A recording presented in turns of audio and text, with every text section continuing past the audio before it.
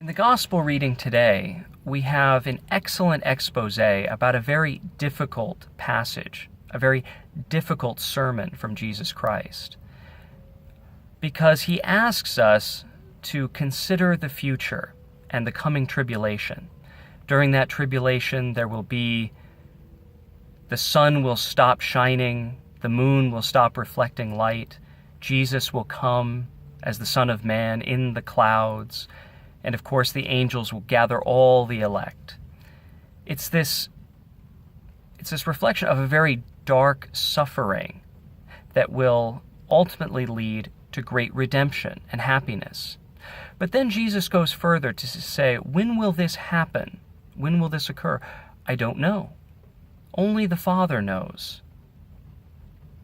Prepare yourselves for these coming tribulations and difficulties.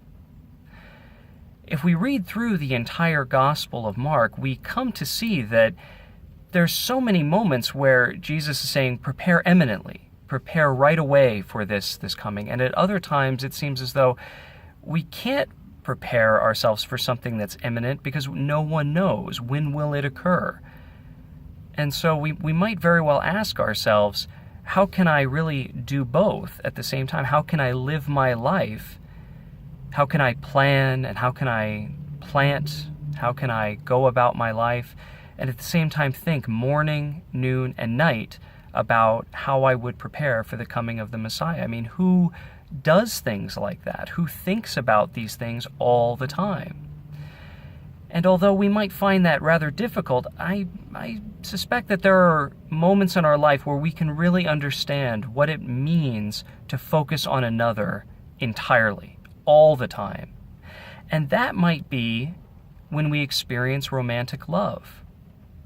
For when we are in the midst of romantic love, we become rather possessive of what that other person is doing, what that other person is, how we may be with them, if you will.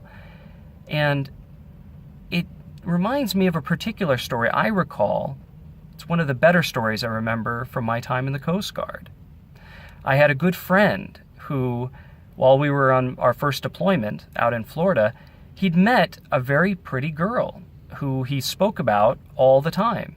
They'd gone out fishing together, and she liked a lot of the same things he did. She liked fishing, she liked monster trucks, she liked off-roading. And from what I remember, they only had the opportunity of spending 2 weeks together, and because she had to go back to school in Connecticut. But yet, when we had another port call, he says, James, I want to do something special for her. It's her birthday, and I don't just want to call her. I want to do something really special for her. I said, well, what do you want to do? He said, I've got it. She told me about the best ice cream that she likes. It's from Ben & Jerry's. I think it's Cherry Garcia or something like that. And I'm going to send her a whole bunch of it. That'll really make her birthday. So we went out to an ice cream shop, with those large drums. These things fit 3 gallons of ice cream. I mean, each gallon could feed almost like 100 people. And he says, she's going to love this. She's going to love it. I'm like, okay.